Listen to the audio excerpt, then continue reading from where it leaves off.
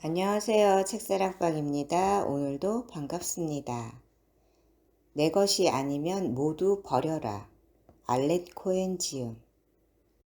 미묘한 속삭임에 귀 기울여라. 샌디에고에서 진행된 워크숍에서 난 참가자들에게 워크숍이 있다는 것을 어떻게 알았느냐고 물어보았다. 그때 어떤 여성이 말했다. 난 당신의 책을 읽었는데 챕터가 바뀔 때마다 내 인생이 바뀌는 것을 느낄 수 있었어요. 그래서 난 진작부터 당신을 만나 직접 교육을 받고 싶었죠. 그런데 지난주 고속도로로 차를 몰고 가다가 마음속에서 그리스도의 교회 연합이란 말을 들었어요. 난 그것이 무엇을 의미하는지 전혀 알 수 없었죠. 집에 돌아와서 전화번호부를 찾아보니 샌디에고에 그리스도 교회의 연합이란 것이 있더군요. 난 곧바로 그곳에 전화를 걸어 교회에 대해 물어보았죠. 전화를 받은 사람은 교회의 철학에 대해 간략히 설명해 주었고 내 자신에 대해 물어보더군요. 그래서 요사이 알렌 코엔의 책을 읽고 깊은 감명을 받았다고 대답했죠. 그랬더니 여자가 내 말을 가로막으면서 말했어요. 어머, 잘 됐네요. 다음 주에 이곳에서 그분의 워크숍이 열리거든요. 덕분에 전 이곳에 오게 된 거예요. 나는 그런 놀라운 이야기를 자주 듣곤 한다. 그것은 한결같이 운명적으로 놀라운 방식을 통해 나와 연결된 사람들의 이야기다. 어떤 친구는 레스토랑을 걸어 나오는데 바람이 불어와 다리에 어떤 종이 조각이 달라붙었다고 한다. 그것을 집어 읽어보니 내 워크숍 광고문이었다. 그 사람은 나에 대해 전혀 알지 못했지만 그의 내면의 뭔가가 워크숍에 참가하도록 재촉했다. 결국 워크숍은 그의 인생을 변화시켰다. 나는 내 책이 서가에서 자신들의 손이나 발치로 떨어졌다는 사람들의 편지를 종종 받곤 한다. 어떤 사람은 무슨 일로 인해 다시는 책을 사보지 않으리라고 작정했다. 그런데 우연히 그의 발치에 내 책이 떨어진 것이다. 그는 책을 집어들고 페이지를 펼쳐보다가 당면한 자신의 문제를 족집게처럼 짚어주며 영감을 불어넣는 문구를 발견했다. 어떤 사람은 내 사진을 보고 책을 사거나 워크숍에 참석했다고 한다. 그들은 자신을 초대하는 듯한 평화로운 느낌을 받고 나를 찾아오거나 내 책을 사본 것이다. 언젠가는 맹인이 인쇄 전단에 있는 내 사진에 우연히 손을 댔다가 유쾌한 온기를 느끼고 워크숍에 참석한 적도 있다. 그렇다고 해서 내 사진이나 책에 무슨 초자연적인 힘이 들어있는 것은 아니며 내 자신도 비범한 인물은 아니다. 나는 다만 그런 놀라운 동시적 사건들이 각기 다른 길을 걷는 사람들에게 일어나고 있다는 얘기를 하고 싶을 뿐이다. 난 어떤 초자연적인 힘이 우리를 현재의 운명으로 이끌고 있다고 믿는다. 위대한 우주는 온갖 수단을 사용하여 우리에게 좋은 것을 가져다 준다. 우리가 조금만 민감하고 샌디에고의 고속도로에서 차를 몰던 여자처럼 그 미묘한 생각들에 귀 기울일 준비가 되어 있다면 우리는 우주의 속삭임에 응답하고 내적인 부름을 따를 수 있다. 우리가 자신의 관심을 끌 만한 아주 구체적인 교신 방법을 필요로 한다면 바람이 불어와 다리에 전단이 휘감기거나 서가에서 자신의 발치로 책이 떨어지고 세미나에 와보라는 친구의 초대를 받게 되리라. 그러나 우리가 진정으로 둔감하여 우주가 우리의 관심을 끌지 못한다면 어쩌면 고통스러운 충격을 가져오는 자멸적인 삶의 패턴을 경험하게 될지도 모른다. 자신이 진정 원하는 삶을 살지 못한다는 사실을 자각하는 데는 경우에 따라서 극적인 체험이 필요하다. 그래도 그러한 충격을 현명하게만 사용한다면 우리는 새롭고 만족스러운 삶을 선택할 수 있다. 여하튼 자신이 어떤 수준에서 대우주의 메시지를 듣든지 간에 이 우주에는 우리의 귀향길을 안내해주는 사랑의 힘이 존재한다. 우리 주변에는 세상이 자신을 잡으리라고 걱정하는 과대망상증을 가진 사람들이 많다.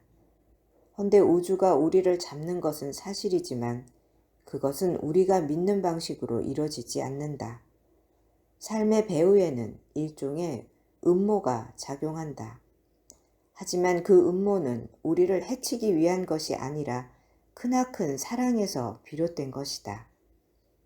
우주는 우리를 행복하게 만들기 위해서 무엇이든 한다. 사랑을 부인하는 우리의 비상식적인 행동에도 불구하고 그러한 우주의 음모는 언제나 영향력을 발휘한다. 헌데 이 말이 믿기지 않을지 모르겠지만 우리는 그런 성스러운 사랑에 반대하는 음모에 부지불식간에 참여하고 있다. 평화를 피하고 가슴의 치유를 가로막으며 지옥이 바로 천국임을 자기 자신에게 확신시키기 위해서라면 무엇이든 다 하는 음모 말이다. 우리는 자신의 단점을 찾아내고 성공을 망치는 데 급급하며 가득 채워진 9개의 물잔보다는 텅 빈 10번째 잔에만 신경을 쓴다. 그러나 희망은 있다. 결국엔 신이 꾸민 사랑의 음모가 성공할 수밖에 없기 때문이다. 우리가 사랑에 항복하는 시기는 우리 자신에게 달려있지만 마지막 장면은 이미 정해져 있다. 우주의 모든 것이 사랑을 표현하며 모든 존재가 창조주의 은총 속에 놓여 있음을 깨닫는 것 말이다. 영적 진보를 이루기 위한 중요한 선결 요건은 신뢰다. 우주는 사랑의 어버이에 의해 창조됐기에 그 안의 모든 것은 본질적으로 좋은 것이다. 따라서 깨달음의 길을 걷는 우리들의 의무는 세상을 좋게 만드는 것이 아니라 이미 존재하는 좋은 요소를 발견하고 인정하고 축하하는 것이다. 치유의 길은 그러한 선물을 바라보는 데서 시작된다. 어느 날 아침 바나나 껍질을 버리려고 쓰레기통의 뚜껑을 열자 부패한 음식의 악취가 코를 찔렀다. 나는 얼른 뚜껑을 닫고 뒤로 물러섰다가 썩은 음식에서 악취가 난다는 것은 사실상 좋은 현상임을 깨달았다. 악취가 나지 않는다면 우리는 쓰레기를 좋은 음식으로 오인하여 먹었다가 병에 걸리고 심하면 죽을 수도 있다. 우주는 우리의 행복을 위해 그러한 안전장치를 만들어 놓았다. 좋지 않은 것이 우리의 감각에 반발을 사도록 말이다. 이처럼 우리의 가슴은 인간관계, 일, 그 외 온갖 삶의 상황들 중에서 유익한 것과 해로운 것들을 자동적으로 구별해낼 수 있다. 우리 안에 영혼은 무엇이 우리에게 행복을 가져다주고 무엇이 고통을 가져다주는지 분명히 말한다. 우리의 의무는 그 말에 귀 기울이고 따르는 것뿐이다. 그렇지 않으면 육체적이거나 영적으로 쓰레기를 먹게 되리라. 나는 알코올 중독자인 남편에게 정기적으로 두들겨 맞으면서도 부부관계를 계속 유지하는 수많은 여성의 이야기를 들어왔다. 나는 또한 잠재의식적인 경쟁 심리에 채찍에 휘둘려 일을 하는 이유조차 잊어버린 채 일에 몰두하는 수많은 남성과 대화해 보았다. 그 밖에 베트남전에서 살인과 고문이라는 온갖 가증스런 행동을 저지르면서 그럴 이유가 없다고 항변하는 내면의 목소리를 격렬히 부인하고 회피해온 전역병들의 고통스러운 고백도 결코 잊을 수 없는 증언들이다. 자신에게 반발을 사거나 유해한 환경에 남아있을 이유가 전혀 없다. 어쩌면 죄책감이나 자기 경멸적인 의식으로 그런 곤경을 자청하는 것일지도 모른다. 자신이 더 나은 삶을 살아갈 가치가 없다거나 옛 카르마나 죄악의 빚을 갚아야 한다고 믿기 때문에 말이다. 그러나 우리는 마음속에서 그러한 부정적인 상념을 주저없이 쫓아내고 자기 자신이나 남들을 존중하며 행복하게 살 권리를 되찾아야 한다. 다시 말하자면 그 누구도 학대받을 이유는 없다. 자신이 처음 학대를 받았다면 그것은 다른 사람의 잘못이다. 하지만 두 번째부터는 자신의 잘못으로 봐야 한다. 우리는 내면의 조용한 목소리에 귀 기울일 의무를 갖고 있다.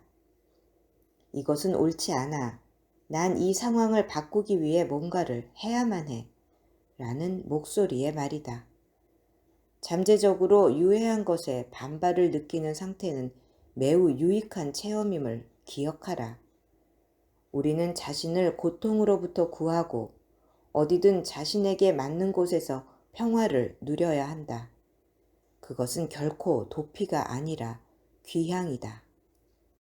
쓰레기도 나름대로 쓸모가 있고 제자리가 있는 법이다. 그것이 우리 주변에 있다면 우리는 몸이 아프고 온 세상이 쓰레기장이라고 착각할 것이다. 하지만 그것을 밭에 뿌리고 흙을 덮는다면 땅을 기름지게 할 수 있다. 그러다 보면 그 땅에서 아름다운 꽃이 피어나고 우리를 건강하게 만들어줄 먹을 것을 얻을 수 있으리라.